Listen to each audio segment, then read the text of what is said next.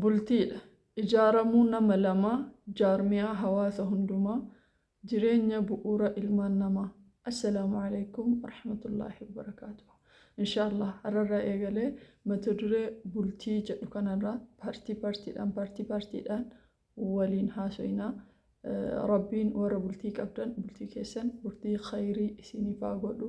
Warra bultii propose gochaa jirtan yookiin yaadaa jirtan immoo intala saalih rabbi isinii haa hiru. Ka dubartiitiif immoo jaarsa saalih rabbiin isiniif haa hiru. Assalaamu alaikum warahmatullahi wabarakatuh. Egaa qophii akkuma waadaa isinii seene har'a takka jedheetiniin eegalee jira. Inshallah nama wal fayyadu rabbiin nu haa taasisu. Itti aansuudhaan YouTube linkii isaan as jala kaa'u kana dhaqaatii subscribe godhaafiiti. Obboleettiin teenya yookiin immoo namoonni rakkatan suni akka rakkina isaanii ittiin bahannaaf godha. Qarshileen qarshii guddaa miti, haa ta'u garuu birriin 1000 takkas haa ta'u 2000 yeroo ammaa kana nama rakkateef birrii guddaadha. Nagalee nama sadiif yoo birrii 10,000 arge nama sadiif 3,300 iyyuu addaan qoode namoota saniif nyaata guyyaa tokkoon taha jedhee waan yaaduufi. Kanaaf maallaqa naa ergaa yookiin akkana deeggarsiisnaa isiniin jechuurra maloota akkanaa kana fayyadamaa yooni hawaasa keenya gammachiisne gaariidha jedhee waan yaaduufi dhaqaatii subscribe godhaa. Dhugaa dubbachuuf YouTube illee halal koomeediidha hedduudas nama jedha. Okay, gara yaada kiyyaatti itti haa dabru. Linkii isaas jala isinii kaaha. Bismillaahi salaatu wassalaam alaa rasuulillah sallallahu alaihi wasallam. رب اشرح لي صدري ويسر لي أمري واحلل عقدة من لساني يفقهوا قولي. ربنا هب لنا من أزواجنا وذرياتنا قرة أعين واجعلنا للمتقين إماما. بلتي جارميا إسلاما إجارمنا ملماتي. بلتي جتشوني جارميا قدادا وتبا حواس دينك إلمان نماتي. بيتك ملكائنا بيتك madaaluudhaaf daataa yeroo fudhatanii warroonni bultii keessa jiraatanii fi bultii isaaniitti gammadaa ta'an daataa keessatti guddaa ta'uun isaadha. Hawaasni biyya sanii hawaasa fayya qabeessa ta'uu isaa ni akeeka. Diinagdeen biyya sanii diinagdee gartee milkaa'aa ta'uudha isaadha ni akeeka.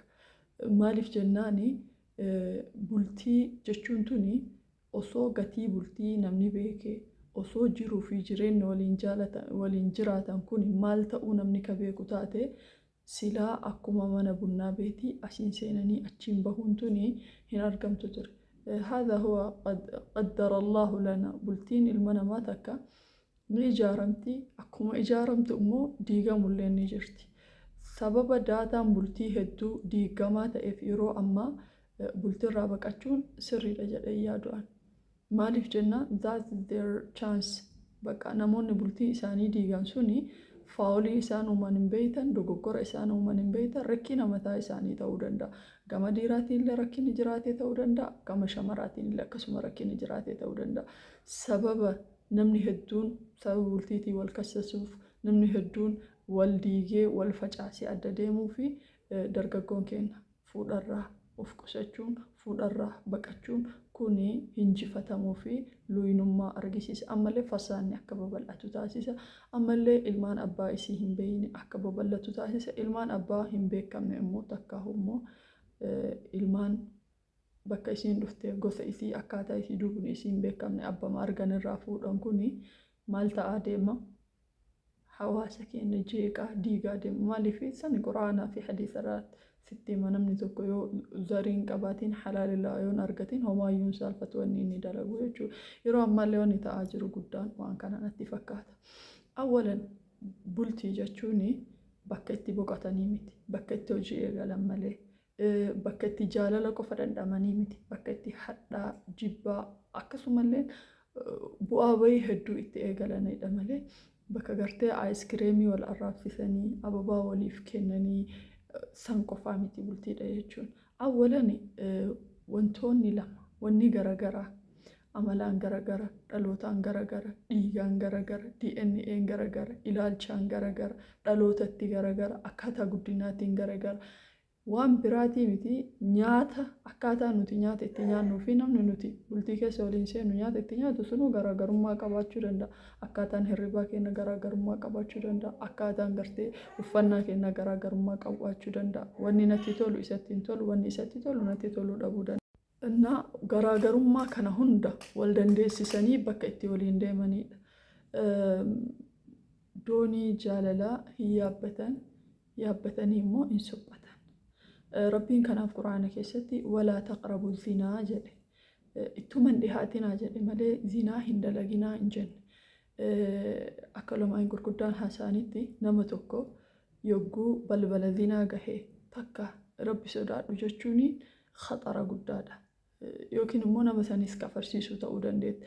Li'aannahu namni sammuu isaa tananii dhaba.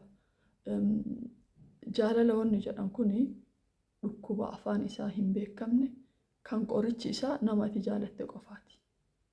Isinii galee kanaaf rabbiin wanni kun halaalaan akka amma fakkeenyaaf dubartoonni yogguu miira jaalalaa keessa seenanii waan namaaf godhan hin beekan. Even lubbuu fi dabarsanii namaaf kennuu danda'an. This is a nature. Ajabamuulleen qaban ajaa'ibsiifachuun illee sirriidha jedheetiin hin yaadu'an. Maaliif namni tokko miira jaalalaa keessa eega seenee wanna namaaf godhuu fi waan namaaf ta'ullee hin beeku. Yoo dhugumatti jaalala dhugaatiin qabame jechuudha.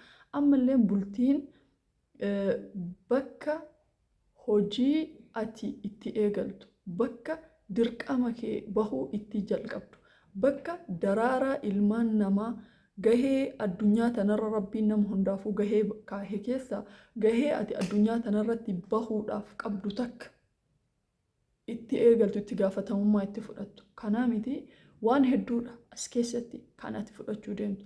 Ammas nama tokko hayyama isaatiin ala barbaaddee farramtee sababa keetiin rabbillee uumamuun haqiiqa rabbi murteessellee ta'u sababa keetiin nama fedha isaatiin ala addunyaa tanarra fiduudhaaf deemta. Yogguu nama lamaan walitti makamte jechuudha. Kanaaf ammallee ijaarama hawaasa lamaati. Gama dhiiraatii warroota jira, gama dubartiitii illee warroota jira. Warri kun maal ta'a? Wal keessa seena. Ifan waan isin ajaa'ibu keessa akka shari'aatti jechuudha. Fakkeenyaaf jaarsa kiyya abbaan isaa anaaf ajnabiyyaan ta'u jaarsa kiyya abbaan isaa jechuudha. Ifan osoo nuti wal hiikne illee haadhaa fi abbaa kiyya jedheetiniin fudhadha. Yoo dogoggora irra deebi'eetiniin fatwaa tana ilaala. Asiin dura fatwaa tana argeera natti fakkaata. Abbaan jaarsa kiyyaa anaaf akka abbaa kiyyaati. Jechuun ajnabiyyummaanuu nu jidduu hin jirtu jechuudha. Abbaan isaa abbaa kiyya. Hagana takka shari'aa keessatti gahee guddaa qabaa jechuudha. Amma fakkeenyaaf hogguu dhiira takkaan waliin haasoynu akka wayita alaa haasoynuu san bultii keessa eega seenne hin taatu wanni akkas jedhamu hin jiru. Osoo bultiin akka alaa haasahan taateetii fila namni hedduun bultii akka seeneen keessaan bahu namni hedduun obsa dhabeetiniin uffata baafatee qullaa isaan fiigu ture. Laakiin bultiin akka haasahanii miti. Bultii keessa rakkinoota gurguddaa jiraachuu danda'a. Ammallee furmaatota gurguddatu jiraachuu danda'a. Namoonni lama garagaraa sabaan afaaniin waan garagaraatiin ta'uu danda'a. Oromoo ta'uun qofti gahaa miti. Namni gosa qaba, balbala qaba. Waan garagaraatiin emooshin akkaataa ideoloojii akkaataa itti yaadu jireenya mataa isaa dhuunfatti jiraatutu jira. So nama garagaraa lamatu walitti dhufee laal wayita alaa laaltu bareedduu filtariidhaan dibannee waan akkasii. Gaafa garuu waliin buluun eegalamte, waliin jiraachuun eegalamte, mana takka keessa waliin rafanii ka'uun eegalamte. Mataan tokko samiintu jira, mataa qiciicaa yookiin immoo qoofiraan ol kaka'u jira, innillee gartee gorora yaasuu fa'a jira yookiin immoo jedhee nama halkan qorrisu ta'uu jira. Waan fofokkataa gartee nuti yoo miidiyaa kanarratti arginu qoqqa jechuu dandeenyu. Mana kee keessatti haphun ta'uu danda'a. Kaalsiin yookaan humnaa ol ajaa'uu danda'a. Uumamaan nama kaalsiin isaa akka malee agafeetee hodhiitti ajaa'uu jira. Yookiin immoo kofoon bobaan akka malee namni ajaa'u ta'uu danda'a. We don't know. Amma alaa duduraantii maalii dhiqannee naamna waan deemnuuf kuni ihee badaam raabilii waan ta'e takka. Garuu realitiin isaa completely different from this. Inshallah partii kana sumarratti hin daabaa. Daqiiqaa kudhan irra hin dabarsu jedheetiniin ofii kiyyaaf waadaa galee paartii lammaffaadhaan inshaallah hanga walitti deebinutti wantoota ani itti dabaluu danda'u. Naafi maatii marii dheeraa wajji gochuu deemna inshaallah. Marii kanas isinitti gadi buusuu deema. Ammaaf paartii kanarra daqiiqaa kiyya dhumateera laalaara. السلام عليكم ورحمة الله تعالى وبركاته. ربين إسنها إجارة إسن إنديقين بلتي قد دابت هند إسي ربي هند إسي لفجل دبرسي إلمان قاري ربين قديدك السنرة إسني فاباس كوني هويكي يا برا هندات